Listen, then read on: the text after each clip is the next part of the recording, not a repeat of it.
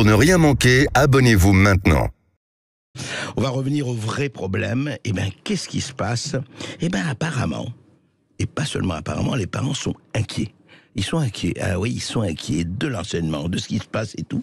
Sophie Adugé, bonjour. Bonjour André Berkoff. Vous êtes déléguée générale et porte-parole de SOS Éducation, l'association. Et alors, qu'est-ce qui les gêne, les parents? Alors, vous avez interrogé encore une fois, on dit plus de 1000 parents, d'écoliers et tout ça. Et qu'est-ce qui ressort de cette étude de l'IFOP en collaboration avec vous? Alors en fait, ce qui ressort, c'est que les parents d'élèves, et c'est vraiment important de le préciser, c'est-à-dire que nous avons interrogé des parents qui avaient des enfants scolarisés dans l'année précédente. Dans toute la France? Dans toute la France, c'est représentatif. Bon, c'est une étude très sérieuse de l'IFOP, donc c'est représentatif des parents d'élèves, en âge, en répartition privée, publique, etc. Donc ça donne vraiment une photographie la plus objective possible de ce que pensent et de ce que vivent les parents par l'instruction de leur enfant, enfant à l'école. Qu'est-ce qui est le plus important? Qu'est-ce qui ressort? Alors, je dirais que la première chose qui est importante, c'est que tous les voyants se dégradent. Il faut savoir que nous, on a commencé ce baromètre avec l'IFOP en 2019. L'idée, c'était de faire un premier... Vous le faites chaque année, pratiquement? Non, tous les 2 ans. Tous les 2 ans, on le fait tous les 2 ans. Et l'idée, c'était de faire un premier état des lieux 2 ans après l'élection présidentielle d'Emmanuel Macron et puis 2 ans après l'arrivée de Jean-Michel Blanquer. Donc 19, 21, 23. 23, donc là on est sur la 3e édition, ce qui nous donne effectivement une vision au bout de 6 ans de présidence d'Emmanuel Macron et plusieurs gouvernements, et on est aujourd'hui avec notre 3e ministre de l'Éducation nationale. Ce qui ressort, c'est que rien ne s'est amélioré. En tous les cas, les parents d'élèves ne voient aucune amélioration et aucun élément positif des politiques ou des réformes engagées pendant ces 6 années de présidence. Et pire, tous les voyants se dégradent. Sont au rouge, comme on dit. Voilà, sont au rouge, mais de pire en pire sur les 6 années. Dans quel domaine? Alors, par exemple, la défiance. C'est-à-dire qu'on interroge depuis 2019 les parents d'élèves en leur disant: est-ce que vous avez confiance dans le gouvernement et dans le ministre de l'Éducation nationale pour régler les problèmes de l'école, et en premier lieu les problèmes de la violence à l'école. Et on est à 69% des parents qui n'ont pas confiance, qui considèrent que ni le gouvernement ni le ministère de l'Éducation nationale n'est capable d'enrayer le problème de violence endémique à l'école. Quand on leur pose la même question sur le niveau scolaire, on a 68% des parents qui nous disent: bah non, on n'a pas confiance dans ce gouvernement et dans le ministre de l'Éducation nationale pour régler le problème de baisse du niveau... de la qualité. La baisse du niveau des élèves. Et sur l'inégalité des chances, pareil. C'est-à-dire qu'on a près de 70%, 68% des parents qui n'ont pas confiance, qui considèrent que le système éducatif français n'est plus capable, on sait vous et moi qu'il l'a été, n'est plus capable d'enrayer les inégalités des chances de départ des élèves. Mais est-ce que ce n'est pas, alors Sophie Adugé, est-ce que ce n'est pas quand même, je ne dis pas ici pour ni blanchir, ni excuser quoi que ce soit ou qui que ce soit, est-ce que ce n'est pas le Gaulois réfractaire, le râleur qui dit toujours oui, ça ne va pas, etc., etc. Est-ce que ça va plus loin que cette espèce de toujours de fronde? Alors, tout d'abord, je dirais qu'on avoisine quand même les 70%, donc ça ferait beaucoup de râleurs et ça ferait un gros village gaulois. Non, ce qui est intéressant aussi, c'est qu'une fois qu'on a fait une approche vraiment générale sur la confiance, donc là en l'occurrence c'est plutôt la défiance des parents d'élèves, on les interroge sur des réformes concrètes. Et par exemple, on a proposé aux parents d'élèves, on leur demandait s'ils seraient favorables à des réformes qui restaurent l'autorité, notamment des enseignants, et notamment par l'application des sanctions prévues au règlement intérieur, ce qui paraît évident. Et qui ne sont pas appliquées véritablement. On pourrait croire que c'est déjà le cas. Alors c'est pas le cas. Et vous avez 96% des parents d'élèves qui demandent à ce que ce soit fait. Et c'est rétablissement de l'autorité, rétablissement des sanctions. Rétablissement de l'autorité des enseignants, de l'autorité de l'enseignement et de l'autorité de l'institution.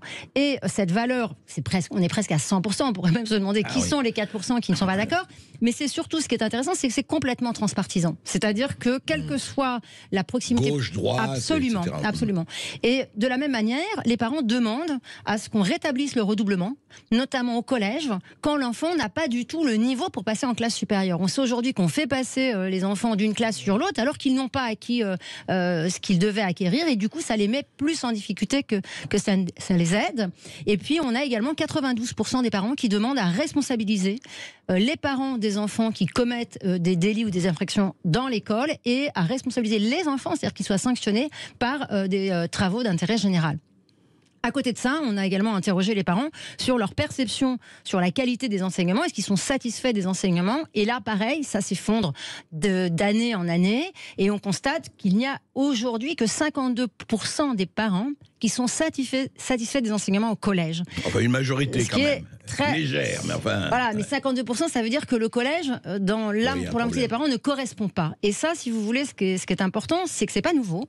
Oui. Et qu'il y a déjà 4 ans, en 2019, c'était le cas, et ça n'a cessé de s'aggraver. C'est-à-dire qu'il y a 15% en plus de parents qui sont pas satisfaits. La défiance et le mécontentement s'aggravent. Voilà. Le lycée, c'est pareil. Là, c'est encore plus rapide. Le lycée, c'est 13% de plus qui ne sont pas satisfaits des enseignements. Et là, on ne peut pas considérer qu'il n'y a pas un impact sur cette fameuse réforme du bac qui a été fortement critiquée par tous et qui n'a pas convaincu, sur lesquels on n'a pas d'évaluation. Alors là, évidemment, Gabriel Attal commence à la détricoter. Mais il est évident qu'en tous les cas, les enseignements qui sont dispensés aujourd'hui et la manière de se dispenser ne correspondent pas ni aux attentes des parents et ni aux attentes des professeurs qui s'étaient déjà exprimés sur le sujet. Ce qui est quand même étonnant dans cette histoire, c'est que il y a une chose qui m'a frappé, et je ne suis pas le seul, Sophie Auluger, c'est que, bon, il y a eu l'épisode Jean-Michel Blanquer, je ne sais pas si ça a changé, vous me direz si ça a changé grand-chose, mais l'épisode Pam Ndiaye est tout à fait renversant. Il est là, il n'est même pas resté un an. Il est là, il annonce, il fait des choses, puis il parle du genre, il parle de l'éducation sexuelle, etc. Très bien. Puis il parle pas d'autre chose. Et puis tout d'un coup, voilà, il disparaît à la trappe. Bon, l'homme ailleurs, ça va, il ne sera pas chômeur, tant mieux pour lui. Et puis on met Gabriel Attal, bon, qui commence avec la baya, très bien interdite. Mais on a l'impression que depuis, ça fait 40 ans qu'on parle de tout ça, ça fait 40 ans, le collège unique, etc., enfin, l'élève au milieu du dispositif, l'enfant roi, etc. On a l'impression que tout ce qui se passe, parce qu'il faut bien, c'est pas Macron ça, c'est bien avant lui, et on a l'impression que cette espèce de mammouth, non seulement on ne l'a pas gratté, mais il est en train de plus en plus de gonfler. Est-ce que c'est une impression ou c'est une réalité, Sophie Auluger? Alors, je vois pas comment on pourrait dire que c'est qu'une impression. Évidemment, c'est une réalité. Après, on peut quand même regretter. Et d'ailleurs, c'est pour ça que l'arrivée de Jean-Michel Blanquer avait conduit à un vent d'espoir, quand même. Il faut le dire. Bien sûr, et puis Emmanuel Macron l'a quand même laissé en poste pendant 5 ans. Donc en 5 ans, on peut faire des choses. Franchement, il a fait le bilan. Le bilan est mauvais. Le bilan est mauvais parce que effectivement, déjà en 2021, on n'avait pas d'amélioration, on voyait pas d'amélioration. Là, les choses s'aggravent, comme je viens de vous le dire. Alors, est-ce qu'effectivement, Emmanuel Macron n'a pas eu le courage, ou en tous les cas, n'a pas laissé libre Jean-Michel Blanquer pour faire les réformes qui étaient nécessaires? Est-ce que Jean-Michel Blanquer n'a pas su emmener avec lui l'adhésion des professeurs? Sans doute. Il y a eu une vraie levée de bouclier contre Jean-Michel Blanquer. Après, je pense qu'il faut aussi avoir du courage et placer des personnes... C'est même la vertu principale. Et même placer notamment au ministère de l'Éducation nationale, des personnalités qui n'ont pas d'ambition politique. C'était pas le cas de Jean-Michel Blanquer, on a vu qu'il avait des ambitions politiques, c'était pas le cas non plus de Papa Ndiaye, qui était là vraiment, c'était un choix politique pour faire un pas vers LFI. Pour Gabriel Attal, on va voir, mais je dirais qu'on a plutôt l'impression que là, on met face à Gérald Darmanin un compétiteur à la succession d'Emmanuel Macron. Donc vous pensez que tout ça est politique, quoi?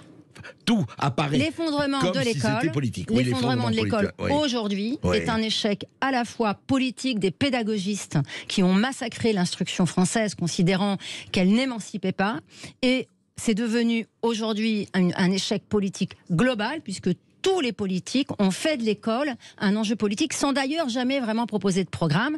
Je rappelle que Emmanuel Macron, pour son élection de l'année dernière, est le seul candidat sur les 12 candidats, c'est le seul qui n'a pas présenté de programme pour l'école.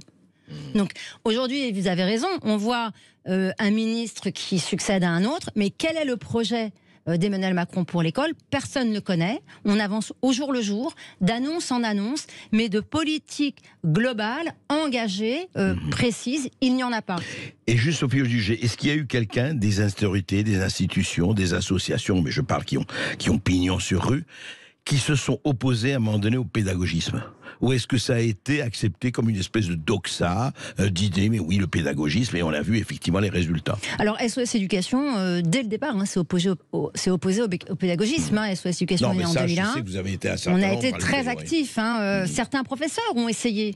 Alors, au départ, il faut quand même reconnaître qu'on ne savait pas autant qu'aujourd'hui. On n'avait pas d'abord la connaissance des neurosciences. On n'avait pas non plus de retour suffisant pour se dire, non, ça ne fonctionne pas du tout. Aujourd'hui, force est de constater que ça ne fonctionne pas, qu'on a détruit tout le modèle d'instruction à la française, qui est une instruction rigoureuse, bienveillante. Ça date de quand, maintenant, on peut dire. Enfin, l'effondrement a démarré en 70. En 70. 50 ans, plus de 50 ans. Ça a 50 ans. Ouais. Ça a 50 ans. La méthode globale de lecture, en gros, c'est 70. Presque 3 générations, quoi. On peut dire. Ça fait 3 générations. C'est-à-dire, quelque part, on est, je dirais que, votre génération, évidemment, et la mienne, on est, je dirais, les derniers, quasiment, à avoir reçu une instruction exigeante, où on avait beaucoup moins de politique dans l'école, et où on nous enseignait des savoirs, et où les professeurs pouvaient enseigner des savoirs. Voilà. Les derniers des Mohicans, quoi, vous voulez dire. Mais Sophie Audugé, en fait, vous étiez venue, et on vous reçoit toujours avec plaisir, parler de SOS Éducation. Et SOS Éducation, vous nous aviez dit combien vous étiez, enfin, non pas fragile, vous n'êtes pas fragile, mais combien effectivement vous pâtissiez de la non-reconnaissance par l'État. Où vous en êtes aujourd'hui? Toujours pareil, malgré les travaux que nous menons, qui sont accessibles sur notre site internet, et tous ceux qui les consultent pourront constater qu'on ne fait que de l'éducatif, on ne travaille que là-dessus 100% de notre temps, et l'État considère que ce que l'on fait, ce qu'on vous présente aujourd'hui, n'est pas éducatif. Alors c'est quoi c'est vous apprenez le vol à voile? Alors voilà, non. Non, mais... Je pense qu'à partir du moment où vous présentez des dysfonctionnements dans le système actuel, vous n'êtes pas éducatif. Je pense que malheureusement, ça se limite à ça. Nous, heureusement, on est indépendant politiquement, on est indépendant de toute confession religieuse également, on est indépendant financièrement. Mais c'est vrai qu'avoir des bâtons dans les roues comme ça ne nous aide pas. Mais en tous les cas, ça ne fait qu'accroître notre détermination, puisque si jamais on s'attaque à nous, c'est qu'effectivement, l'école et les enfants sont en danger. Donc notre place est importante. Votre site, rappelez votre site. SOSéducation.org. Voilà, très bien. Alors, juste une dernière question, Sophie Audugé. Pour vous, très simplement, vous seriez mise l'éducation, parce que je pense qu'ils ont trompé. C'est après Pamdiaï, c'était vous.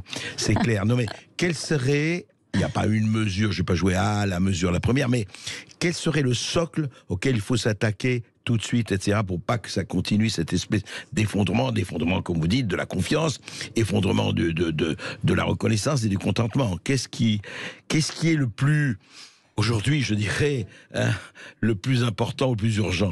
Alors, pour moi, l'urgence, il y en a 2.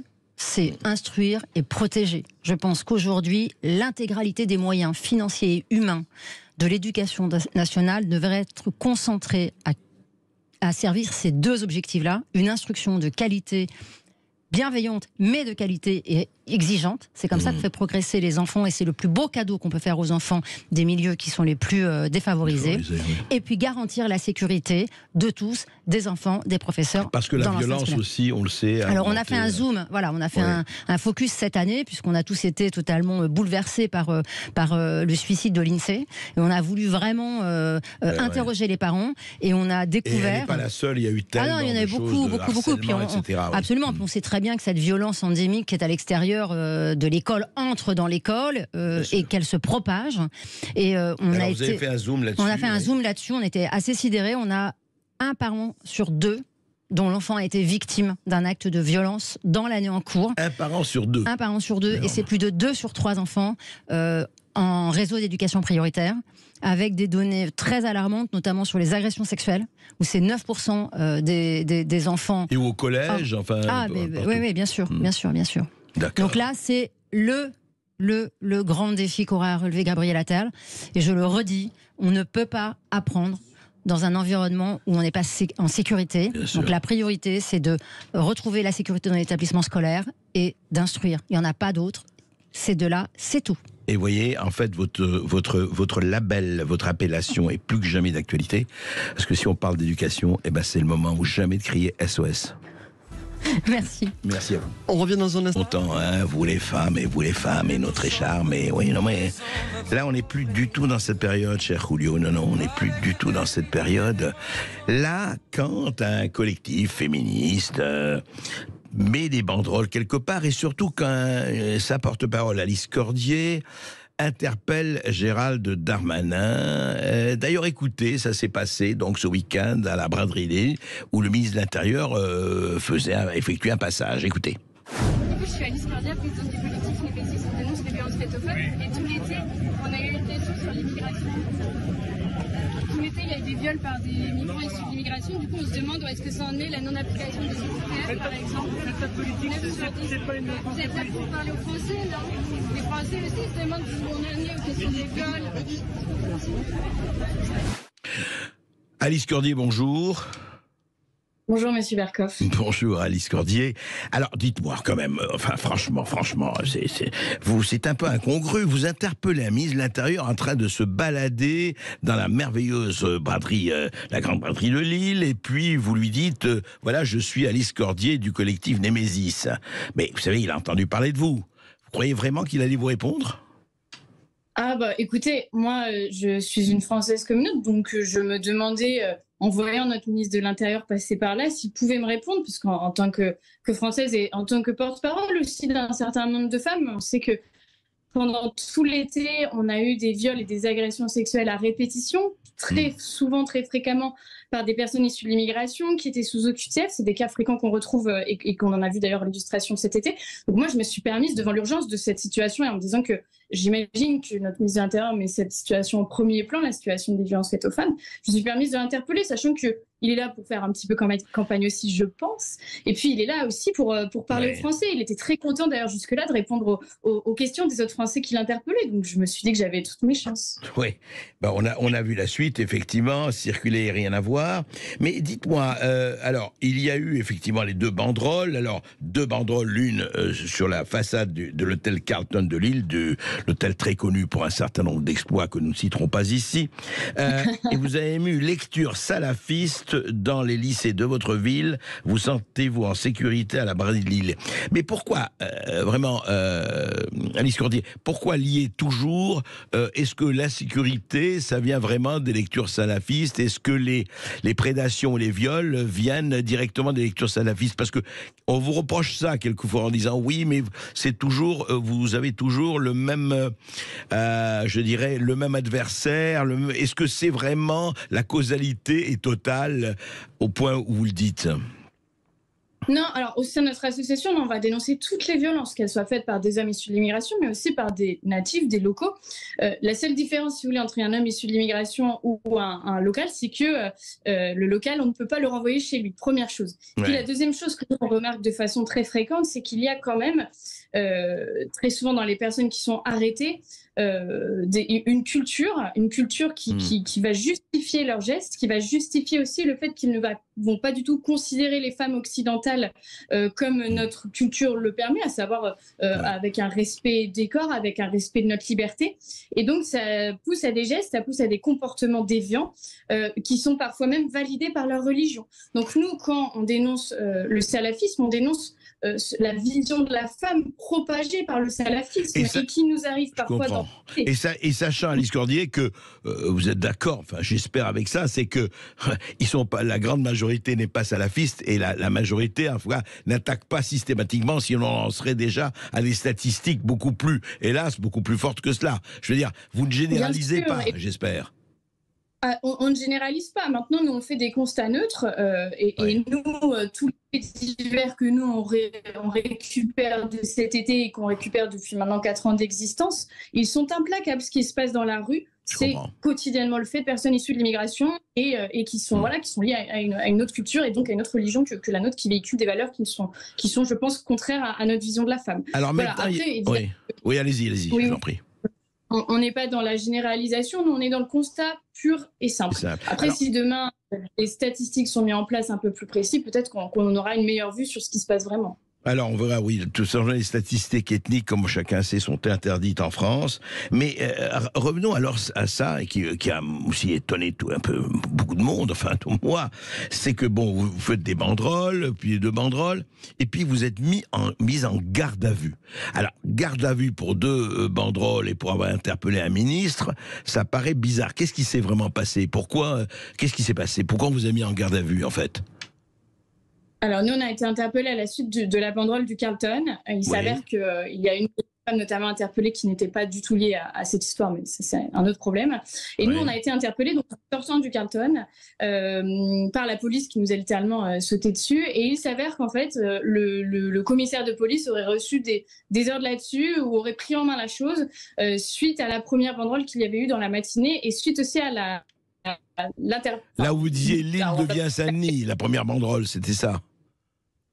Eh ben, ça concernait la Seine-Saint-Denis, mais c'était pas de mon fait. Et il y a aussi le fait que j'interpelle Gérald Darmanin, ça a mis beaucoup de gens en colère, notamment Martine Aubry, visiblement, et donc il y aurait eu des ordres de nous faire taire, finalement, de nous calmer le plus rapidement possible. Comment s'est passée la garde à vue, Alice Cordier? Qu'est-ce qui s'est passé concrètement? C'était assez sordide, puisqu'on a été mis dans des cellules avec... Vous étiez plusieurs? On était 3 jeunes femmes interpellées, oui. Je rappelle quand même pour une bâche. Hein. C'est juste pour une bâche qu'on a été interpellées et sans violence de notre part. Toutes nos actions, je le rappelle, sont pacifistes. Donc on a été mises au même niveau finalement que des multirécidivistes qui étaient dans les cellules à côté de nous. Il y avait même un homme qui avait frappé sa femme et qui était totalement aviné, qui a hurlé toute la nuit. Enfin, je veux dire, on s'est vraiment retrouvés là parce qu'on y a passé 18 heures en tout. Vous avez passé 18 heures en garde à vue? 18 heures de garde à vue à partir de 18h30 le samedi jusqu'à 11h le dimanche matin. Ouais. Et on venait vous voir, ça s'est passé, est-ce que les cellules c'est assez sordide, l'état des lieux, c'est comment? C'est sordide parce que les sanitaires sont dans un état déplorable, enfin je vais vous passer les détails parce que j'ai vu des choses que vous ne voulez pas voir.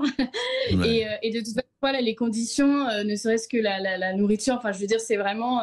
là, on a été mis au parfum. Hein. Ouais, c'est le cas de le dire. Voilà, ce que j'ai remarqué, c'est qu'on a eu une première audition.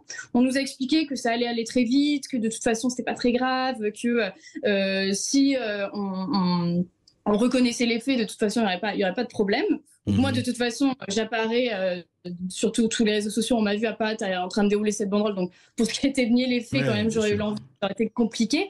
Mais en fait, ils nous ont quand même gardé toute la nuit. Et le lendemain, avec une nuit un petit peu difficile où on a très peu dormi, on nous a réauditionné au petit matin pour savoir un petit peu plus de choses parce qu'apparemment, on n'aurait pas donné assez d'informations sur les premières auditions. Moi, j'ai remarqué ça, je me suis quand même dit, c'est quand même d'avoir des informations, d'autant plus que nous ont demandé beaucoup d'informations sur notre association, pas vraiment en tant que tel sur ce qui nous était reproché. Donc est-ce qu'ils vous ont pas dit pourquoi ils vous mettaient en garde? Enfin, c'était quoi le motif officiel de la garde à vue, quoi?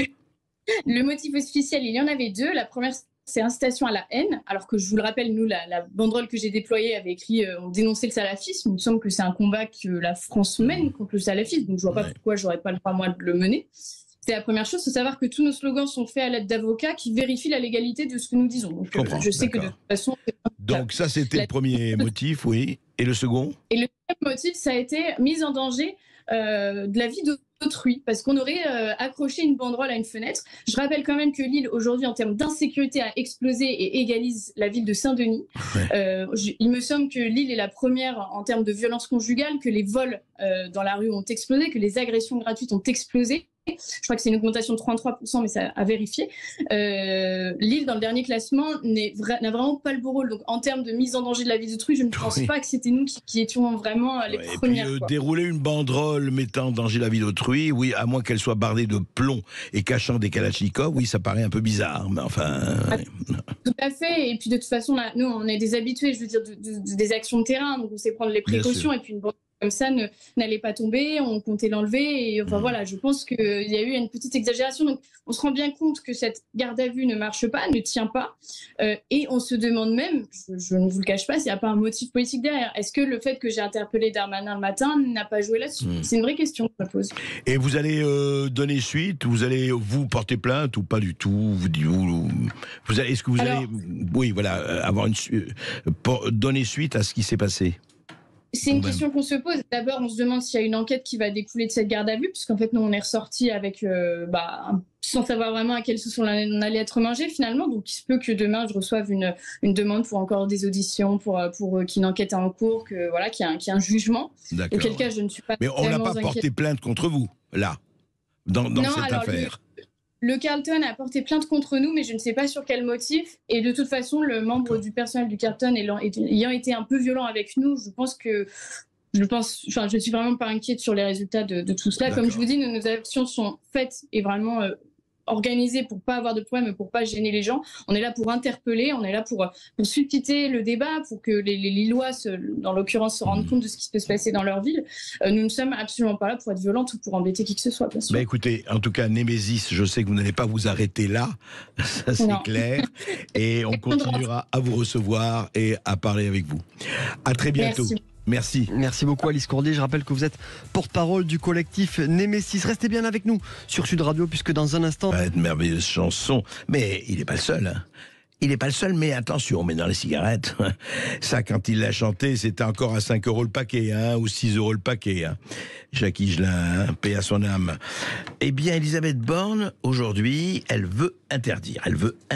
Elle a lancé un plan national de lutte contre le tabagisme, et très bien, parce que la consommation de tabac est en hausse, figurez-vous, en France. Malgré les prix qui montent aux cieux, malgré tout cela, les drogués restent les drogués, paraît-il. Et alors, elle a annoncé ce dimanche sur RTL ceci. Écoutez.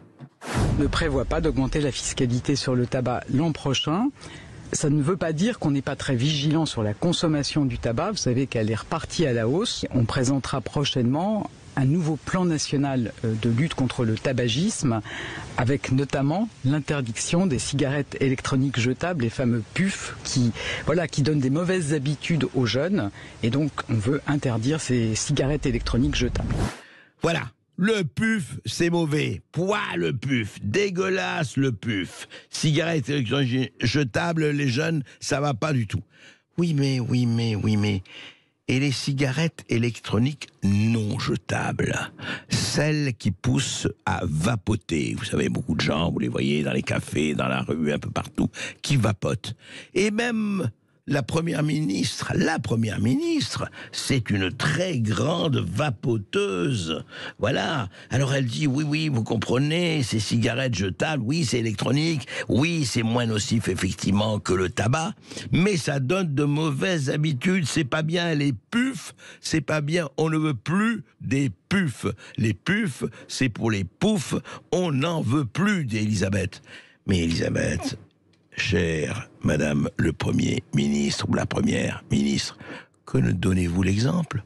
Peut-être que si vous arrêtiez de vapoter à tous les étages, à toute heure, et à portée de n'importe quelle caméra et micro, peut-être que ça aurait du sens de dire, écoutez, moi je peux le faire, parce que, écoutez, je suis une adulte, et puis je suis Premier ministre, et vous, pas question, vous, jetable. Alors, il y a une population jetable et une population non jetable. Je galège à peine.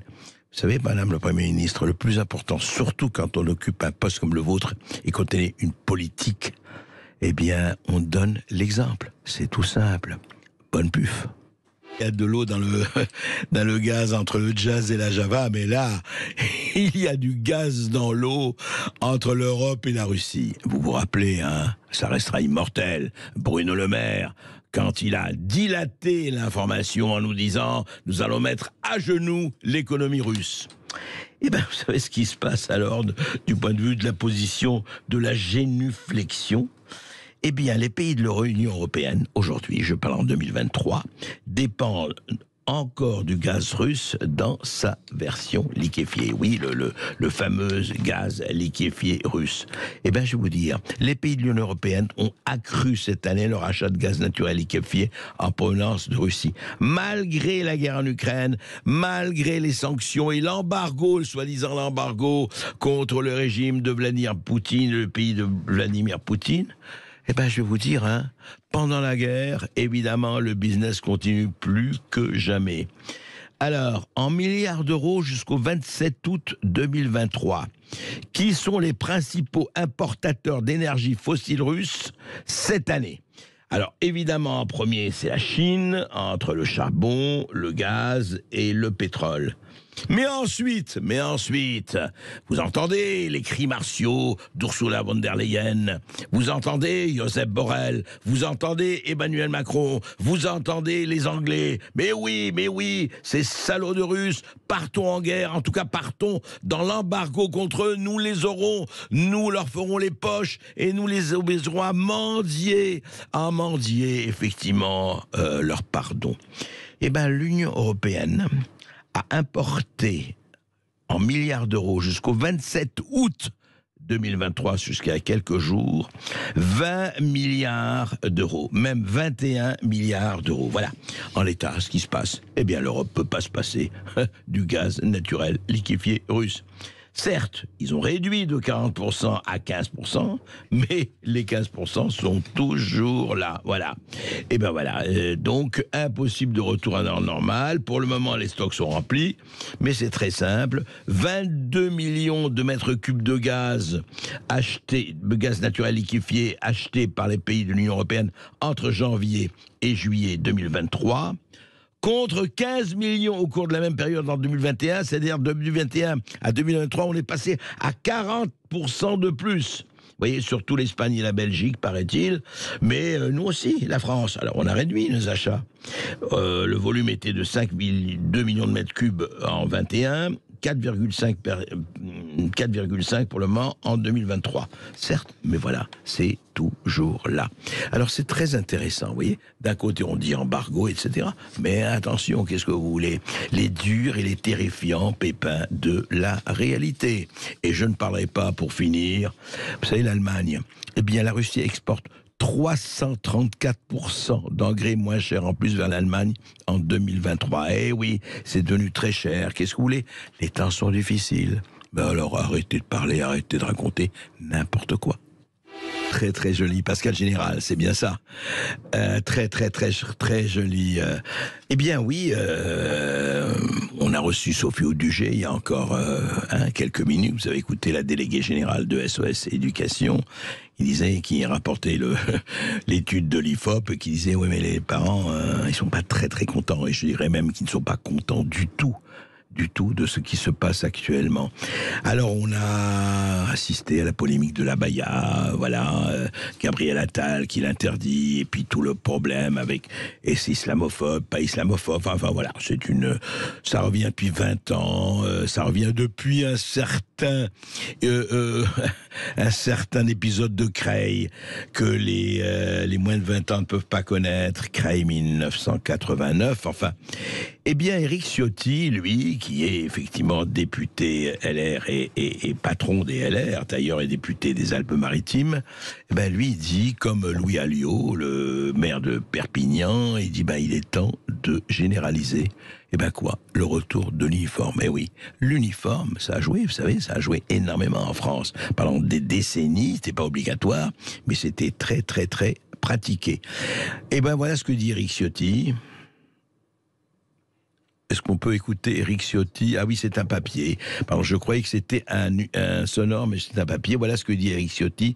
Je propose qu'on avance vite et qu'on généralise le retour de l'uniforme. Nous souhaitons lancer une expérimentation dans ce sens dans les collèges des Alpes-Maritimes. Ce sera la meilleure réponse contre ceux qui cherchent à contourner la loi et une façon d'atténuer les différences sociales. Voilà, et Gabriel Attal, ministre de l'Éducation, a opiné du chef et avait déclaré, d'ailleurs en fin juillet, qu'il était en faveur du port de l'uniforme, également Louis Alliot, comme je l'ai dit, et le maire de Béziers, Robert Ménard. Voilà, ça a été très porté, la blouse dans les années 50, 60, et puis ça a un peu disparu, en tout cas en métropole, pas en Martinique, en Guadeloupe, etc. C'est encore pratiqué, tout à fait. Eh bien, quoi dire? Eh bien, je crois que personnellement, je ne sais pas ce que vous en pensez, dites-nous ce que vous en pensez, les amis de Sud Radio. je crois que c'est pas une mauvaise chose. Avec cette hystérisation du débat, vous savez, à tout point de vue, à tous les étages, peut-être ce serait pas mal que à l'école, effectivement, on porte la même tenue. Je suis pas du tout pour l'uniformisation, mais de ce point de vue-là, étant donné le niveau vraiment de dégradation et d'effondrement psychique qu'engendrent les communautarismes, il ne serait peut-être pas mauvais de commencer à une certaine, je dirais, neutralité dans tout cela, hein, que ce soit les abayas ou tout le reste.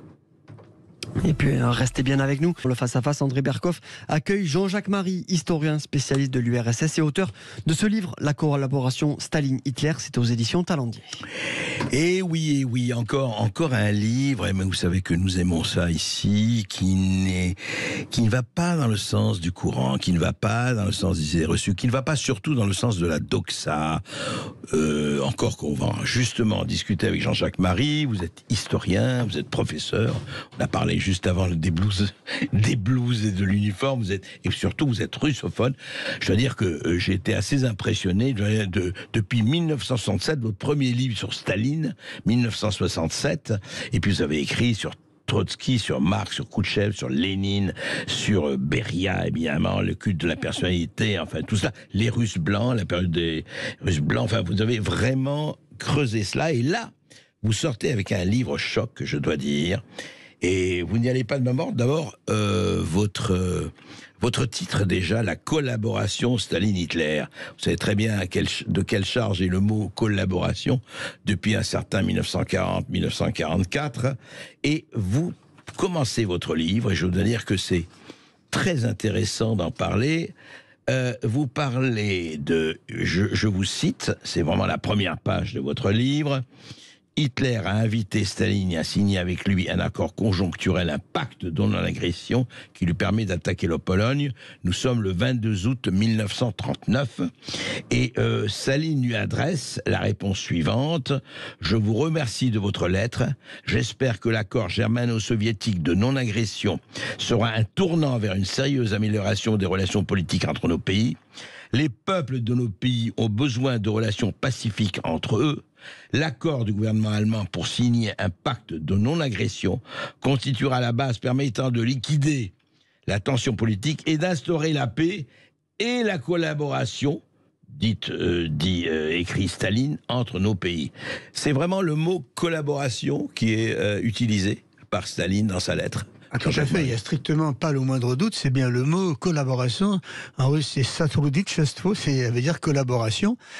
D'ailleurs, ce passage de la réponse de Staline, en général censuré par la plupart des historiens, avait été intégralement cité, évidemment traduit comme ça, par le bouquin de William Shirer sur le Troisième Reich, historien américain Shirer sur le Troisième Reich. Oui. Mais en général, ce passage est censuré. L'exemple le plus caractéristique, c'est que lorsque, en 1990, un historien russe, ancien directeur adjoint de la direction politique de l'Armée Rouge, quand même pas un adversaire du régime, publie une biographie de Staline. Il publie intégralement le texte de Staline à Hitler que vous venez de lire. Et dans l'édition française qui paraît l'année suivante, les 4 lignes où figure le mot collaboration sont supprimées. Ouais. Pour quelle raison, je n'en sais rien, mais on peut deviner quand même qu'il s'agit de maintenir un mythe qui est de réduire ce qui s'est passé en 1939 à un pacte de non-agression. Or, les pactes de non-agression, il y en a beaucoup dans l'histoire. Il y en a même eu entre l'Allemagne nazie et la Pologne en 1934, dont on a vu ce qu'il a donné d'ailleurs. Oui, bien sûr. Mais alors justement, allons au fond des choses, parce que c'est évident que là, on va vous faire un procès en disant, enfin un procès, non pas en sorcellerie, mais en fake news, si je peux employer ce jargon aujourd'hui, qui consiste à dire, oui d'accord, mais alors la thèse, et vous en parlez, vous la développez beaucoup, dans le livre, la thèse, c'était de dire, oui, mais Staline n'était pas encore prêt, il a accepté l'offre d'Hitler, puisque c'était une proposition d'Hitler, en disant, bon, bah écoutez, on va attendre, mais vous, justement, et c'est pour ça, puis on sait très bien, et vous ne le niez pas du tout, le tribut que les Russes, les Soviétiques de l'époque ont payé à la guerre, effectivement, et si d'ailleurs Hitler a été vaincu, il faut bien dire ici, c'est grâce aux Russes, grâce à l'armée soviétique. Mais ce que vous dites, et c'est ça qui est très intéressant, vous dites attention, ce n'était pas... Alors, la thèse qui consiste à dire, oui, il a fait ça pour gagner du temps, comme Hitler a fait ça pour gagner du temps, pour dépecer la Pologne, vous dites non, c'était beaucoup plus que ça, Jean-Jacques Marie.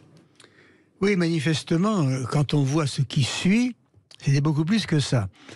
D'abord, Staline avait préparé ce rapprochement dont il ne savait pas s'il aboutirait réellement, parce que comment deviner ce que voulait Hitler exactement. D'autant que Hitler annonçait sa volonté de liquider le judéo-bolchevisme, d'envahir l'Union soviétique, etc.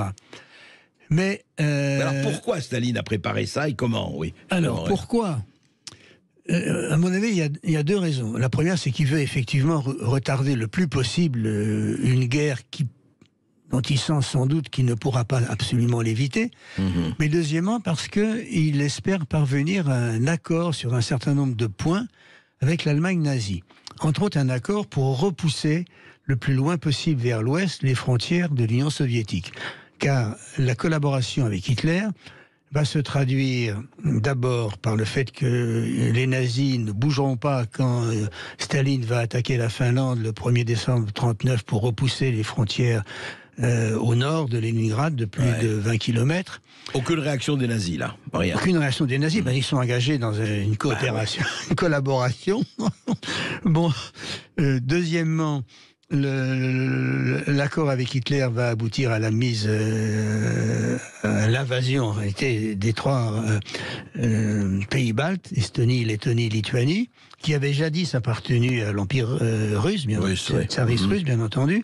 Ensuite, il s'appuiera sur cette collaboration pour obtenir le retour de la Bessarabie que les Français et les Anglais avaient accordé à la Roumanie parce qu'ils voulaient en 1919. Et même il demandera un peu plus, il demandera le fait que l'URSS mette la main sur la Bucovine. Donc il y a pendant un certain moment, un certain temps, une collaboration effective qui va mener jusqu'à la liquidation commune de la Pologne. Non seulement l'invasion de la Pologne, mais la liquidation commune de la Pologne comme État. Ils se mettent d'accord tous les deux là-dessus. Alors, bien sûr, la propagande officielle expliquera que si l'armée rouge est entrée en Pologne le 17 septembre 1939, c'est pour libérer les frères ukrainiens, etc. Mais cette libération est une plaisanterie. Staline avait d'abord dissous le Parti communiste polonais, puis le Parti communiste d'Ukraine occidentale, et le camarade Khrouchtchev, qui est alors premier secrétaire du PC ukrainien quand l'armée rouge envahit la Pologne, est chargé de gérer l'occupation des territoires conquis par l'armée rouge. Et Khrouchtchev raconte, parce qu'il parfois il ne joue pas la comédie, qu'il y a de nombreux cadres locaux du Parti communiste d'Ukraine occidentale dissous par Staline qui sont libérés et qui se précipitent pour aider à l'instauration du pouvoir soviétique dans cette région. Et Khrouchtchev dit « Nous les considérions comme des agents non démasqués. Un très grand nombre d'entre eux, libérés par notre armée rouge, retombèrent ensuite dans nos prisons soviétiques. Les cadres du Parti communiste d'Ukraine occidentale que nous pûmes choper furent liquidés comme provocateurs, traîtres, félons. » Oui, carrément. Pas mal, ça, comme libération des frères d'Ukraine occidentale. C'est absolument fascinant. On va continuer à en reparler parce que, justement, c'est très intéressant de voir cette démarche. Ça a duré quand même presque 2 ans, jusqu'en 1941. Et justement aussi la manière dont la presse de l'époque, notamment la presse communiste, notamment l'Humanité en France et ailleurs, a traité, a interprété cela à ce moment-là. À tout de suite, une petite pause. Pendant 2 minutes, 3 minutes et on se retrouve avec Jean-Jacques Marie. On continue de parler de cette collaboration Staline-Hitler avec Jean-Jacques Marie et puis avec vous aussi au 0826 300 300. À tout de suite sur Sud Radio. Incomparable, éblouissant, majestueux, le 15 de France face aux All Blacks. France, Nouvelle-Zélande, le choc des titans, le 8 septembre sur Sud Radio, la radio de la Coupe du Monde de rugby. Moi, ça me rend joyeuse. La dernière fois, je suis revenue au bureau après un don de sang et il y a un collègue qui m'a dit « Mais t'es tout sourire, Sarah, aujourd'hui ?» C'est ça. À chaque fois que je donne, en plus d'être fière de moi, je me sens vraiment bien. On a tous une raison de donner son sang ou son plasma. Rendez-vous sur le site de l'établissement français du sang. Chez Boursorama Banque, vous économisez en moyenne 114 paquets de pâtes en frais bancaires par an. Vous pourriez donc survivre à 114 lendemains de soirée, ou faire 114 colis à 114 mamans, elles vont adorer, ou juste avoir 114 fois la flemme de faire à manger. Boursorama Banque fait économiser en moyenne 212 € de frais bancaires à ses clients, soit 114 paquets de pâtes par an. Et en ce moment, c'est pas rien. Boursorama Banque, la banque qu'on a envie de recommander. Estimation du prix moyen d'un paquet de pâtes de 1,86 € calculé selon la moyenne des prix observés au 27 juillet à Angers dans 3 enseignes de grande consommation. En moyenne, Boursorama Banque fait économiser 212 € à ses clients. Voir détails sur boursorama-banque.com. Alors t'as pris un appart meublé finalement? Eh non, j'ai juste un contrat d'énergie Engie. Comment ça? Eh ben si tu déménages, tu vas pouvoir mieux t'équiper. Wow, j'ai comme une envie de faire mes cartons, tiens. Jusqu'au 10 septembre 2023, pour toute souscription d'un contrat d'énergie Engie, bénéficiez jusqu'à 500 € de remise sur une sélection de produits électroménagers Electrolux pour votre nouveau logement. Appelez vite le 3101. Voir conditions sur particulier.engie.fr. J'agis avec Engie. L'énergie est notre avenir, économisons-la. Sud Radio Bergerac. 95.5. Sud Radio. Gère tout dans la maison. Gère tout ce que je veux. Avec un bouquet de solutions, moi je vois la vie en mieux. Pour votre ménage, l'aide aux seniors ou la garde d'enfants, faites confiance à notre équipe dévouée et bénéficiez de 50% de crédit d'impôt sur l'ensemble de nos prestations. Plus d'infos sur o2.fr. Et moi je vois la vie en mieux. Leclerc, bonjour. 1 240 362, 1 240 363. Monsieur? Ah, excusez-moi, je m'entraînais à compter pour votre super jeu avec 4 millions d'euros à gagner. 4 millions en tout, mais pas juste pour vous. Ah, c'est à partager. Du 5 au 30 septembre, c'est le super grand jeu chez Leclerc. Tentez de gagner des milliers de bons d'achat de 5, 10 ou 20 € et des e-cartes cadeaux de 100 €. Tout ce qui compte pour vous existe à prix Leclerc. Offre valable pour l'achat de 2 produits partenaires. Modalité magasin et drive participants sur www.e.leclerc. Ici Sud Radio. Les Français parlent au français. Je n'aime pas la blanquette de veau. Je n'aime pas la blanquette de veau. Sud Radio Berkov dans tous ses états. Et de retour dans Berkov dans tous ses états où on accueille aujourd'hui Jean-Jacques Marie, historien spécialiste de l'URSS et auteur de ce livre, La collaboration Staline-Hitler, c'est aux éditions Talendier. Alors justement, revenons à cette lettre tout à fait. Vous dites, on en parlait, Jean-Jacques Marie hors antenne, vous dites que cette lettre évidemment reste secrète, je crois, jusqu'en 48. Jusqu'en 48. C'est ça. Et alors cette lettre-là, en fait, parce que creusons un tout petit peu, vous dites qu'en tout cas, dans cette lettre, quelles que soient les intentions, évidemment, on peut recéler quand même, au-delà du pacte de non-agression, c'est quelque chose, receler quand même un travail ensemble, donc une collaboration. Et voilà, qu'est-ce que c'était concrètement? Ça se traduisait. Alors vous avez parlé effectivement de la Pologne, il y a une complicité objective, comme on dit, et sur l'Estonie, etc. Enfin, mais au-delà de ça, il y avait quoi? Une espèce de se dire, bon, voilà, Hitler, après tout, il est là, enfin... Comment on peut interpréter ça à la lumière des faits, à la lumière de la connaissance? Alors, c'est évidemment très difficile d'interpréter les intentions de Staline, qui, comme chez beaucoup de chefs d'État, mais lui, il pousse ça très très loin, observe une certaine distance entre ses déclarations publiques et ses intentions réelles. Il n'est pas le seul. Hein. Il n'est pas le seul, mais lui, il a poussé ça très loin. Et ce qu'il cherche... bon. Premier point évident, il cherche à repousser la guerre éventuelle le plus tard possible. Bien sûr. Mais il cherche, deuxièmement, à bâtir une alliance dont il espère qu'elle peut être durable, puisqu'il pense que, par exemple, le pacte de non-agression sera valable pour 10 ans. Hein, c'est l'accord qu'il joue avec Ribbentrop. Il y a la durée est mentionnée. Est mentionnée dans le pacte, oui, 10 ans. Ouais. Ou dans une déclaration de Ribbentrop. Je ne sais pas si que ce soit écrit ou pas, je ne me souviens plus. D'accord. Et ensuite, Staline pense que l'Allemagne nazie peut l'aider à obtenir un certain nombre de choses. Par exemple, ce que je viens de dire tout à l'heure sur l'élargissement des frontières, et même l'élargissement qui peut aller très très loin, parce que lorsque il enverra Molotov rencontrer Hitler en novembre 40, il proposera d'aboutir à un accord permettant en particulier des conquêtes territoriales au sud de l'URSS, c'est-à-dire vers l'Iran. Et l'expression conquête territoriale figure exactement dans le texte transmis par Molotov. Deuxièmement, ou troisièmement, je ne sais plus. Non, c'est pas grave ça. Ouais, ce sont des pluralistes. Des pluralistes, voilà. Il propose un accord commercial avec l'Allemagne. Avec l'Allemagne nazie, dans lequel il va servir d'intermédiaire pour aider l'Allemagne à surmonter le blocus décrété par la Grande-Bretagne après l'agression d'Hitler contre l'Angleterre. Et en septembre 1940, le chef du service de renseignement de l'armée rouge, Golikov, transmet à Staline l'analyse d'un rapport que les services secrets soviétiques, sur lesquels ils ont mis la main, de Karl Schnurre, qui est le responsable économique allemand des relations avec l'URSS, et sur le bilan des relations économiques URSS-Allemagne. Et Golikov écrit en toutes lettres: le rapport Schnurre souligne que les liens économiques de l'Allemagne avec des pays comme l'Iran, l'Afghanistan, la Mandchourie, la Chine, le Japon, et par leur intermédiaire plus loin avec l'Amérique du Sud, passent exclusivement par le canal de l'URSS, et l'Allemagne utilise ces liens pour se fournir en matières premières dans un volume sans cesse croissant.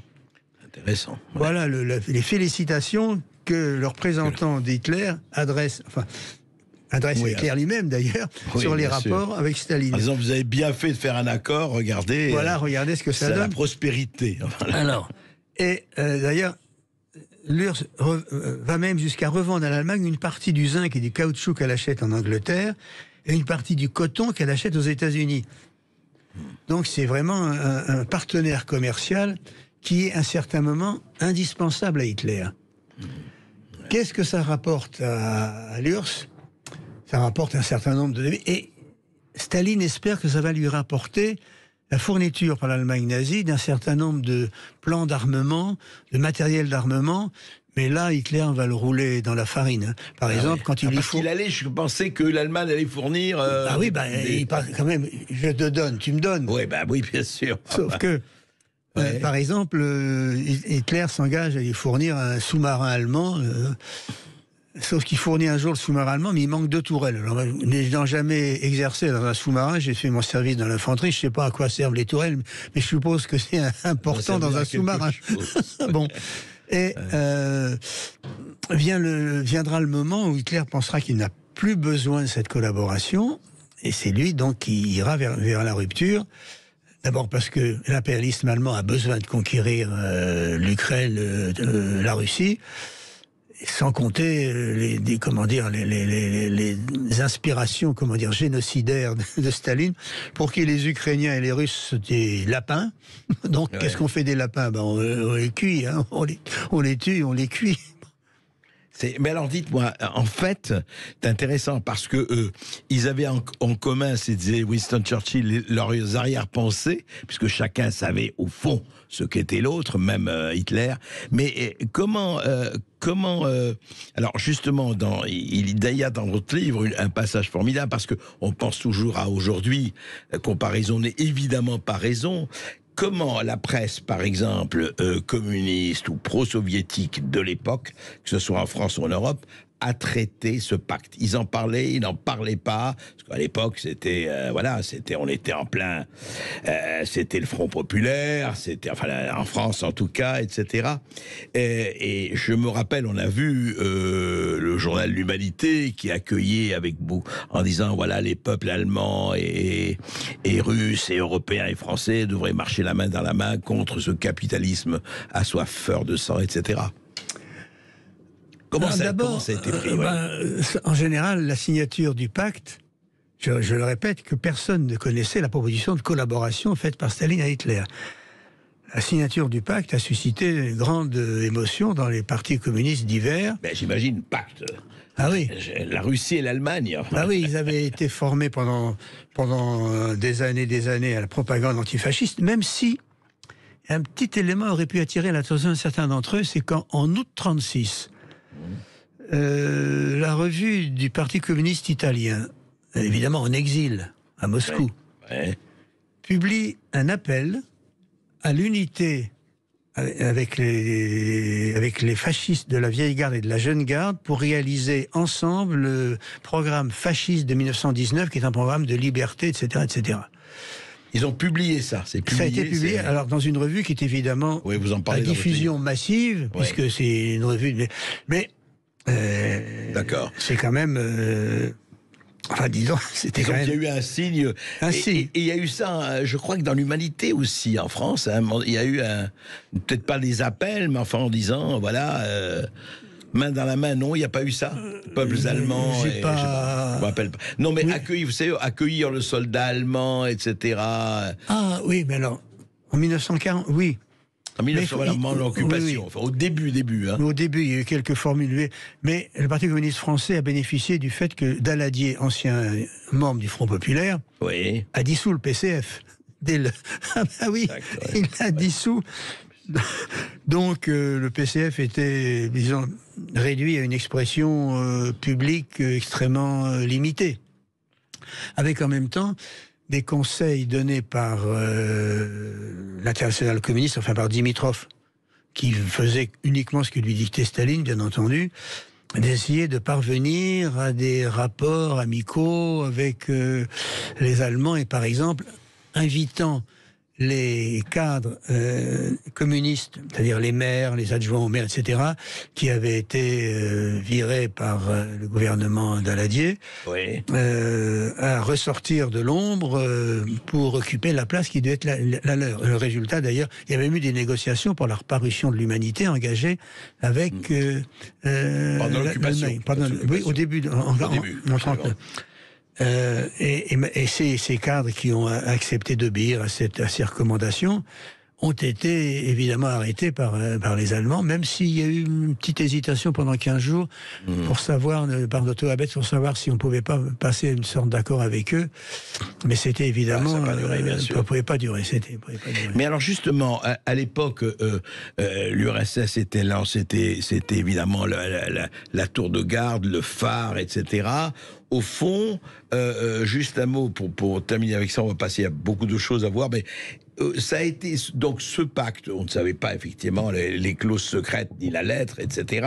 Ça a été accueilli comment par la gauche de l'époque? Je parle de la gauche révolutionnaire de l'époque. Ça a été accueilli comme un abattement. Alors, vous savez, on a assez polnisant des écrivains qui ont été absolument terrassés, atterrés, et d'autres qui ont dit non, il faut peut-être passer par là, on comprend, etc. Alors, la majorité des réactions semble avoir été une réaction de rejet. Auguste Lecoeur, ancien secrétaire du PC jusqu'en 1953, raconte un certain nombre de choses, par exemple sur le fait que quand il est invité à présenter dans une réunion, après la signature du pacte, à le présenter, à le défendre dans une réunion organisée par le PC dans la région de Lille, puisqu'il est secrétaire je ne sais plus si c'est de la Fédération du Nord ou du Pas-de-Calais, enfin peu importe. Il n'arrive pas à prendre la parole parce qu'il est rejeté. Et dans le café tenu par un cafetier qui est l'oncle de Thorez, il y a des inscriptions très hostiles à l'Union soviétique. Donc c'est un vrai choc. Là où le choc est le moins brutal, sans doute, c'est dans le PC britannique. Où il y a un dénommé Harry Pollitt qui défend... Enfin, pardon.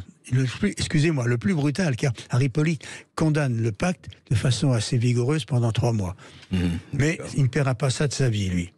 D'accord. Ouais. Et puis Thorez ira ensuite... en Union soviétique, enfin lui, autre chose. Il est parti d'ailleurs presque avant, lui. Là. Mais il est parti avant, il a été appelé, oui. Parce que pour Staline, le PC français, c'était quand même un des PC les plus importants d'Europe, avec le PC italien. Mais le PC italien était évidemment dans la clandestinité. Donc il fallait absolument qu'il soit sûr que Thorez allait faire appliquer par le Parti communiste français les directives de Staline. Alors c'est passionnant, on va encore une fois beaucoup de choses à dire sur cette période.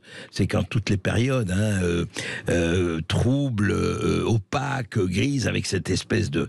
Après on sait ce qui s'est passé ensuite, mais là, entre ces deux adversaires mortels, 2 ans, presque 2 ans comme ça, de ce que vous dites, hein, Jean-Jacques Marie, pas seulement de non-agression, mais quelque part d'une certaine collaboration.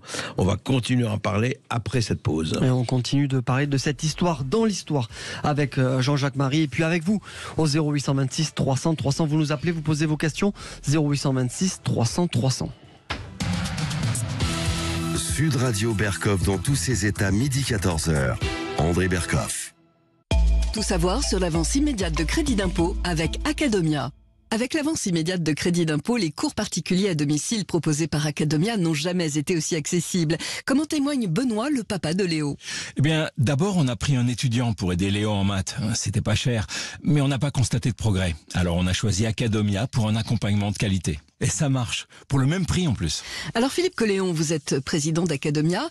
Les familles font parfois le choix budgétaire de prendre des intervenants non déclarés et pas toujours qualifiés ? Oui, c'est vrai, mais grâce à l'avance immédiate de crédit d'impôt, les familles peuvent maintenant accéder beaucoup plus facilement à la qualité de nos cours et de nos enseignants. Alors comment fonctionne cette aide ?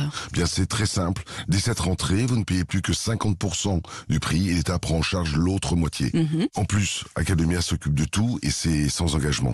Merci. Et pour plus d'infos, c'est sur academia.fr.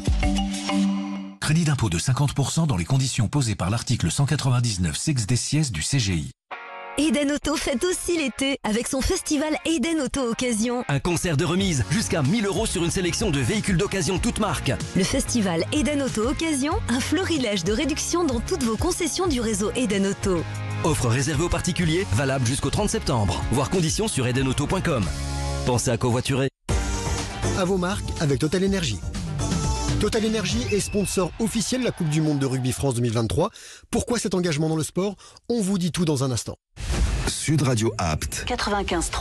Sud Radio. À ceux qui se demandent toujours, une fois que le lave-vaisselle est en marche, s'ils ont bien mis la pastille. À ceux qui ont bien mis la pastille, mais qui ont oublié une assiette sale dans l'évier. Et à ceux qui lavent cette assiette à la main et qui se disent que c'est bien la peine d'avoir un lave-vaisselle. Dès mardi chez Intermarché, il y a 60% de remise immédiate sur le paquet de 34 tablettes lave-vaisselle Platinum Plus Original Ferry, soit seulement 5,08 €. C'est ça, les 100 jours pouvoir d'achat. Intermarché, tous unis contre la vie chère. Jusqu'au 17 septembre, 12,70 € prix payé, 605 grammes, soit 8,40 € le kilo. Modalité sur intermarché.com. Produit dangereux, respectez les précautions d'emploi. Tu lui donnes quel âge à ma Mini ? Je sais pas, 2 ans ? Elle en a 6, mais c'est que j'en prends soin, moi. Avec le réseau Mini Service, profitez de toute l'expertise des techniciens pour l'entretien de votre Mini et préservez-la pour longtemps. Votre Mini a plus de 6 ans ? Avec les tarifs avantages 6+, bénéficiez toute l'année de 30% de remise minimum sur les principales opérations d'entretien. Et jusqu'au 15 octobre, profitez de 50 € de remise pour les 1000 premiers rendez-vous en ligne. Mini Service, des experts dédiés à votre Mini. Mini. Voir conditions et réseaux participants sur mini.fr. Ici Sud Radio. Les Français parlent au français. Les carottes sont cuites. Les carottes sont cuites. Sud Radio Berkov dans tous ses états. De retour dans ce face-à-face de Berkov dans tous ses états, on est toujours avec Jean-Jacques Marie, historien, spécialiste de l'URSS et surtout auteur de ce livre, La collaboration Staline-Hitler. C'est aux éditions Talendier. On continue d'en parler sur Sud Radio. Alors justement, c'est encore une fois, je recommande vraiment ce livre.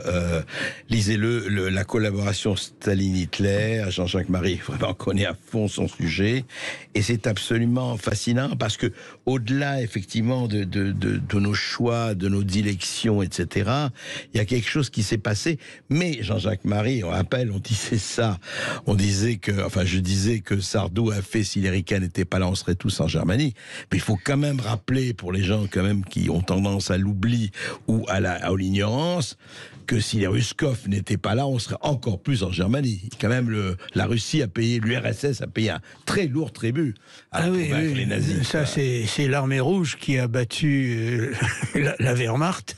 Ouais. Parce que pendant l'essentiel de la guerre, les Américains s'intéressaient surtout au Pacifique, d'où ils voulaient chasser le Japon, auquel ils ont fait une guerre farouche, d'ailleurs. Ouais.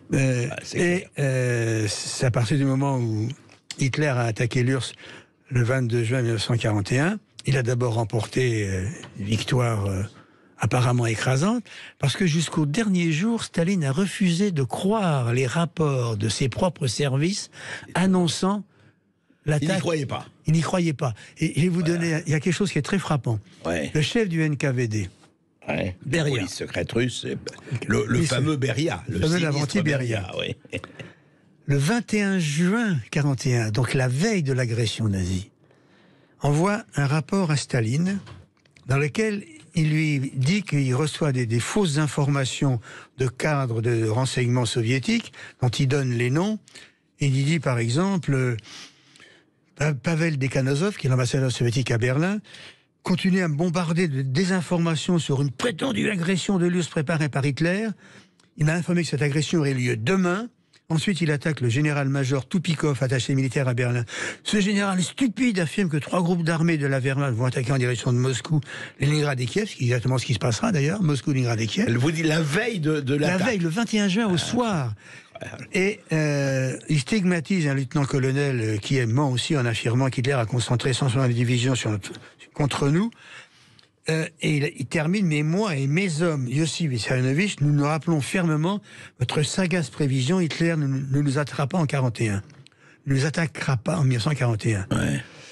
Et il dit que les agents secrets qui donnent ces informations, ils seront réduits en poussière dans les camps pour des informations systématiques, comme complices des provocateurs internationaux qui voudraient nous brouiller avec l'Allemagne. Il les traitait de conspirationnistes, quoi. Oui, absolument. Mais ce qui est intéressant, c'est que Beria fournit les informations réelles à Staline, mais en les qualifiant de désinformations. Mais Staline ne pourra pas l'accuser de ne pas l'avoir informé. Sauf il lui dit, vous avez raison, ils ne nous attaqueront pas. Vous avez raison, ils ne nous attaqueront pas. Bon. Mais cela dit, il lui donne les éléments. Si l'autre veut... Mais Staline est tellement persuadé que c'était lui qui dirigeait le duo, l'alliance. Avec Hitler. Avec Hitler, parce qu'il a présenté en novembre 1940 à Hitler, quand il envoie Molotov à Berlin, les exigences qui pour Hitler sont inacceptables. D'ailleurs, dans le document dans lequel il explique pourquoi il attaque l'Union soviétique, il reprendra ces 4 exigences. Bon, je ne vais pas les détailler, c'est pas intéressant aujourd'hui. Mais jusqu'au bout, parce qu'il reçoit quasiment tous les jours des rapports de ses services annonçant, détaillant minutieusement les préparatifs. De Hitler. D'Hitler, oui, pour l'attaquer. Et ça aboutira d'ailleurs aux victoires éclairs initiales de la Wehrmacht, qui va se traduire par une catastrophe effroyable. Et évidemment, vu la barbarie avec laquelle l'armée nazie se comporte, puisque pour Hitler, les Russes ukrainiens et les Russes sont des lapins, qu'est-ce qu'on fait des lapins? Je ne vais pas me répéter. Donc on en fait n'importe quoi. Ce sont des sous-hommes, quoi. Ce sont des sous-hommes, absolument, des sous-hommes. D'ailleurs, il annonce, Hitler, enfin, c'est pas public, enfin Goebbels le signale, que quand ils auront pris Leningrad et Moscou, ils liquideront la population de ces 2 villes. Il ne s'agit pas de nourrir ces gens-là. Donc la férocité avec laquelle ils se comportent fait que la population se dresse. Mais vu le génie stratégique grandiose de Staline, ça coûtera cher à l'Union soviétique, 30 millions de morts à peu près. Enfin, on hésite entre 29 ou 32 millions. C'est quand même effrayant. Énorme. Le prix que paye cette population, ça se traduira d'ailleurs par le fait qu'au lendemain de la guerre, vous aurez 10 millions de veuves en URSS. Les soldats soviétiques ont payé de leur sang à la fois la férocité d'Hitler et ce qu'on peut appeler, comment dire, les maladresses, le moins qu'on puisse dire, du camarade Staline. Et oui, c'est fou ça. Parce que pour Staline, tout soldat soviétique qui se laissait faire prisonnier était un traître. Le soviétique fait prisonnier, même quand c'est lui qui a donné des ordres stupides, comme l'interdiction à l'armée soviétique qui est à Kiev de reculer pour échapper à l'encerclement, il doit se suicider. Parce qu'il n'a pas obéi aux ordres du grand Staline. Il n'a pas obéi aux ordres du grand Staline. Ouais. C'est quand même tout à fait terrifiant, cette histoire. Et au fond, après, alors justement, on va en parler avec nos amis, nos auditeurs de Sud Radio. Jean-Jacques Marie, au fond, après, alors, encore une fois, je vous renvoie au livre, vraiment, je vous le recommande. C'est un livre passionnant à lire et voilà ce que c'est les Russes de l'histoire et puis les Russes de l'action humaine. Hein. C'est ça qui est les Russes de la raison humaine, je dirais, ou de l'irrationnel. Mais après ça, effectivement, est-ce que pendant longtemps, cette période-là, est-ce que a été plus ou moins enterré, plus ou moins masqué, plus ou moins adouci ou feutré, parce que vous en parlez aussi, toute cette période de 39-41. Oui, elle a été d'abord mise entre parenthèses à cause de la part décisive de l'URSS dans la défaite de l'Allemagne nazie. Parce qu'il faut se rappeler quand même que moi, j'ai vu ça puisque je vivais en Basse-Normandie. Le débarquement, c'est le 6 juin 1944. À l'époque, l'armée... Les jeux étaient faits. Les jeux étaient faits. Hein. Il n'y a pas de doute. Hein. Faut le rappeler, c'est très important. Si l'armée russe n'était pas là, on serait en Germanie. C'est clair. Enfin, on serait en Germanie où on aurait été liquidé avant. On aurait été liquidé avant, ouais. Bon. Donc, étant donné l'apport décisif de l'armée rouge à la défaite de l'Allemagne nazie, il y a eu une tendance, évidemment, à occulter tout ce qui pouvait aller en sens inverse. Et en particulier, l'accord entre Staline et Hitler, dont d'ailleurs on ne connaissait pas le cœur, on ne connaissait pas la proposition de collaboration, sauf en 1948. Mais comme en 1948, ça a été publié par les Américains dans un bouquin qui s'appelle Soviet-Nazi Relations, c'était facile, d'ailleurs ça relève de la propagande de guerre froide et comment savoir si c'est vraiment... si c'est vrai ou pas vrai. Si c'est vrai ou pas vrai, si c'est un document original. Bon. Et en fait, ça ne sera publié en URSS qu'en 1990, enfin, à la veille de chute de l'URSS, oui. Donc vous voulez dire 50 ans après, quoi. 50 ans après, oui, absolument. Même bon. Et deuxièmement, il y avait l'idée que puisque Staline c'était le communisme, bon évidemment peut-être un peu farouche, un peu brutal, mais après tout les procès de Moscou, qui sait si les trotskistes n'étaient pas des agents nazis après tout, hein, c'était bon, puisqu'il le disait. C'était peut-être vrai. Rappelez-vous, Köstler et compagnie étaient traités d'hitléro-trotskistes. Oui. Dès que vous osiez dire qu'il y avait des camps de travail en URSS... Absolument. Voilà. Donc, bon.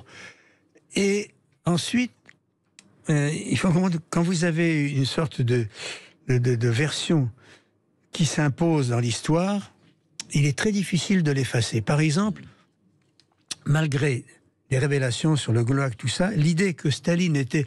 L'idée développée par Hannah Arendt, entre autres, que Staline était, comme Hitler, hein, était vénéré par leur peuple. Hein. Bon, elle l'écrit en toutes lettres dans les origines du totalitarisme. Et pour vous montrer à quel point... Vous voulez... oui. Non, je sais pas ce que... Ah, voilà. Donc, je voudrais...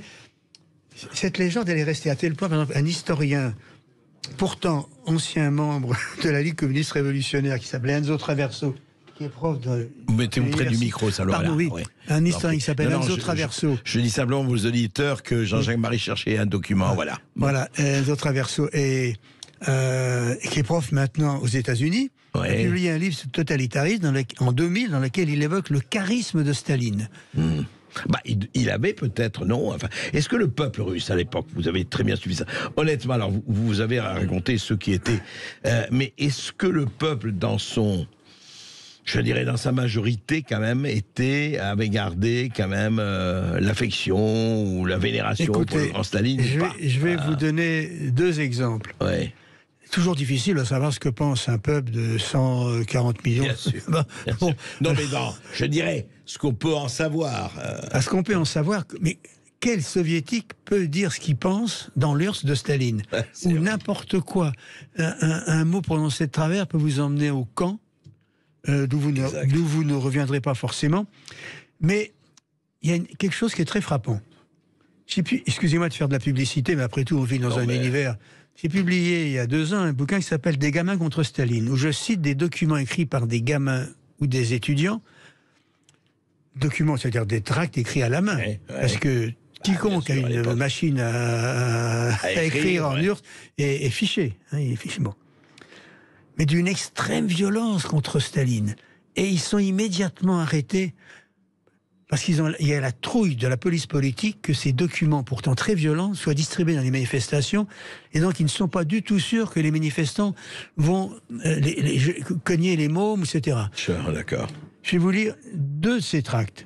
Le premier, c'est un tract qui s'appelle « Parti ouvrier antifasciste ». Assez rapidement, parce qu'on a nos auditeurs, mais allez-y. Bon. Au contraire, c'est très intéressant. Dans lequel est créé par Lev Landau en 1938, qui sera prix Nobel de physique.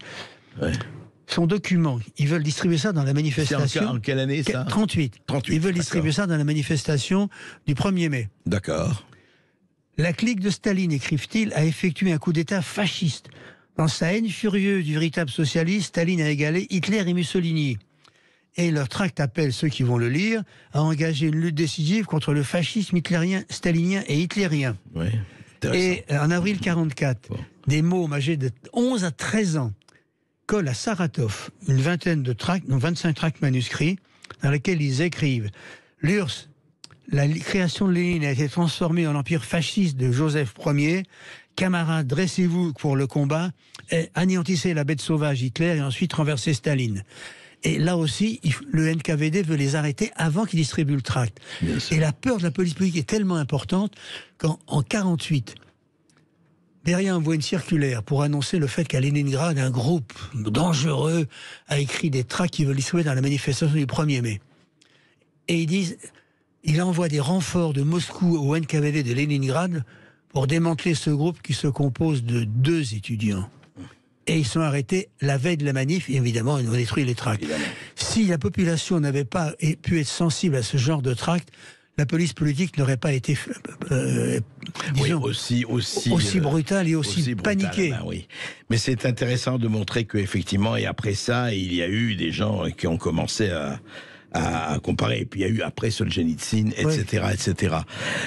Je crois que nous avons... Esteban, quelques auditeurs. Oui, il y a des auditeurs. Il y a Richard de Toulouse qui a composé le 0826 300 300. Bonjour Richard. Bonjour Richard. Bonjour à vous. Bonjour. J'avais une question à votre invité. C'est c'est Staline, c'est approprié la propriété capitale, on va dire le capital de la Russie lui appartenait. Hitler a été financé par le capital allemand, et peut-être au-delà. Et donc, en fait, je me disais, est-ce que cet accord qui avait eu lieu entre Staline et Hitler, du côté occidental, ou au moins du pouvoir capitaliste, est-ce que quelque part, c'était pas encore une garantie pour que le communisme, qui était l'outil de développement de l'URSS, en fait, et parce qu'il applique en interne, est-ce que ce serait pas la meilleure des barrières? Est-ce que quelque part, on n'était pas dans quelque chose qui n'intéressait pas au fond des vrais pouvoirs? Est-ce que il n'y a pas une alliance économique derrière, une complicité?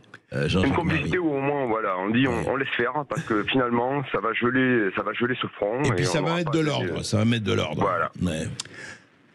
C'est difficile de répondre à cette question. Simplement, une chose me paraît certaine.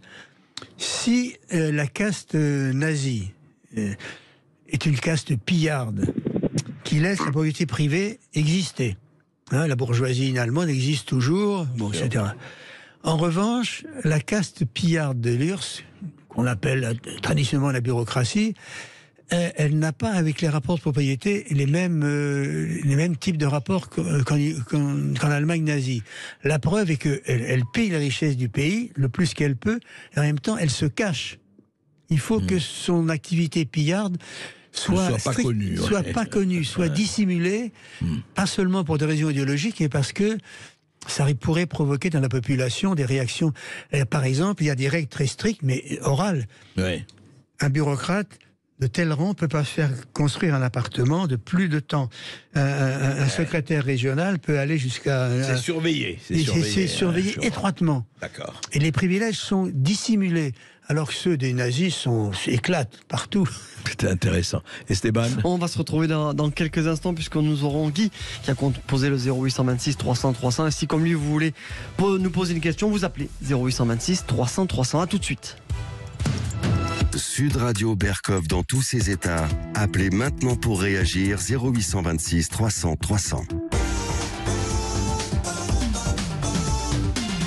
À vos marques avec Total Énergie. Isabelle Patrier, bonjour. Bonjour. Vous êtes la directrice France de Total Énergie, sponsor officiel de la Coupe du Monde de rugby France 2023 qui démarre dans quelques jours. Pourquoi cet engagement? Avant tout pour célébrer ce grand événement avec le public, nos clients, nos collaborateurs et nos partenaires. Ça fait 35 ans que Total Énergie est partenaire du Ballon Ovale et nos équipes se mobilisent pour faire de France 2023 un succès festif et populaire. Et pour vous, le rugby, c'est plus qu'un sport? Oui, c'est grâce à un collectif de femmes et d'hommes que Total Énergie mène sa transformation partout dans les territoires aujourd'hui. Le rugby, c'est un collectif qui nous ressemble, des valeurs qu'on illustre par des actions concrètes. Et quel type d'action? Total Énergie accompagne le rugby amateur et nous sommes partenaires officiels du tournoi national des quartiers de France 2023 qui s'adresse à 6000 enfants de quartiers prioritaires autour des valeurs du rugby et de ce fameux collectif. Super pour les enfants. Isabelle, merci et bonne Coupe du Monde de rugby.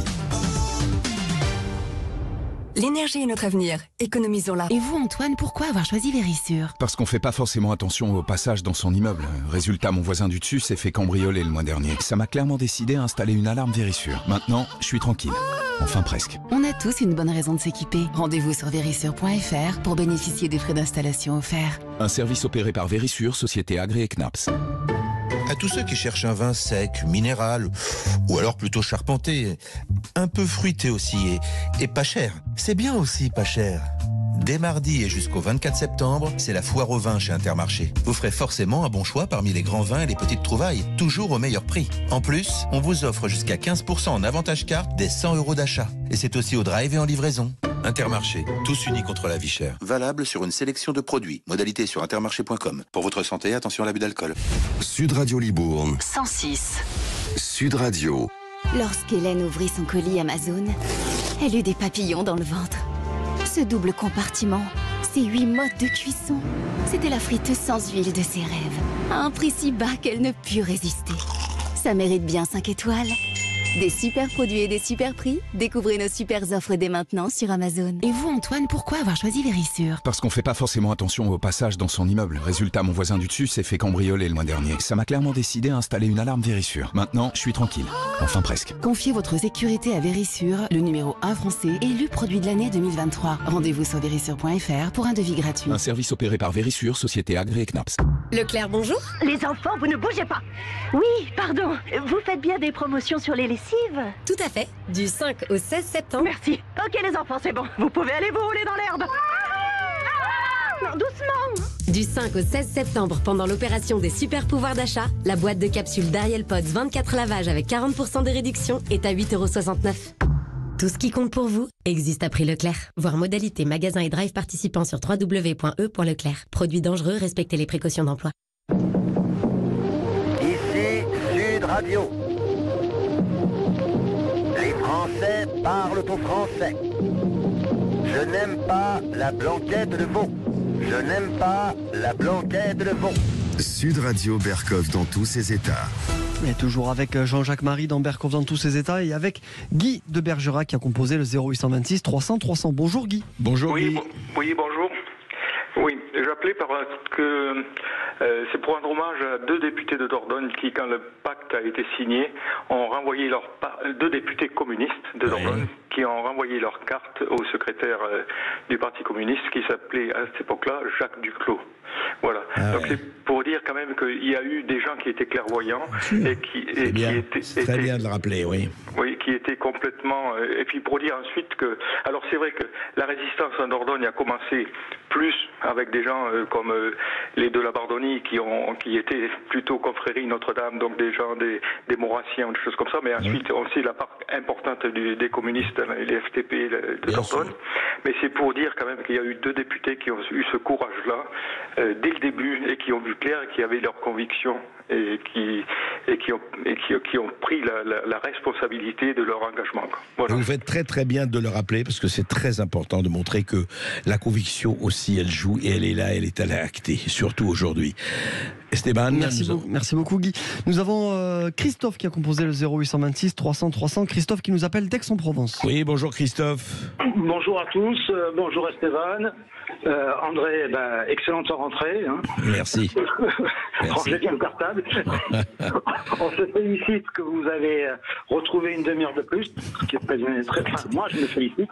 Et je salue Monsieur Marie et je vais lui faire part d'une réflexion et je vais lui poser une question connexe à ce qui nous présente aujourd'hui. Allez-y. Alors, la réflexion, c'est que vous savez, il n'y a pas très très loin entre un bandit de grand chemin, Staline, qui est écrivain et poète, et un marginal, Adolf Hitler, qui est peintre et aussi révolutionnaire l'un comme l'autre.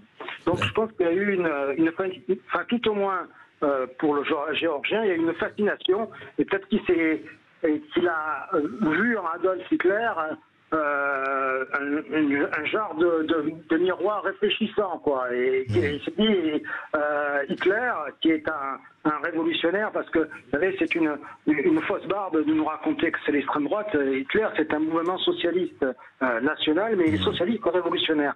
Donc, ça, c'est ma réflexion. La deuxième question que j'ai à poser à M. Marie. Oui, allez-y. En fait, la France a perdu la guerre en 1936.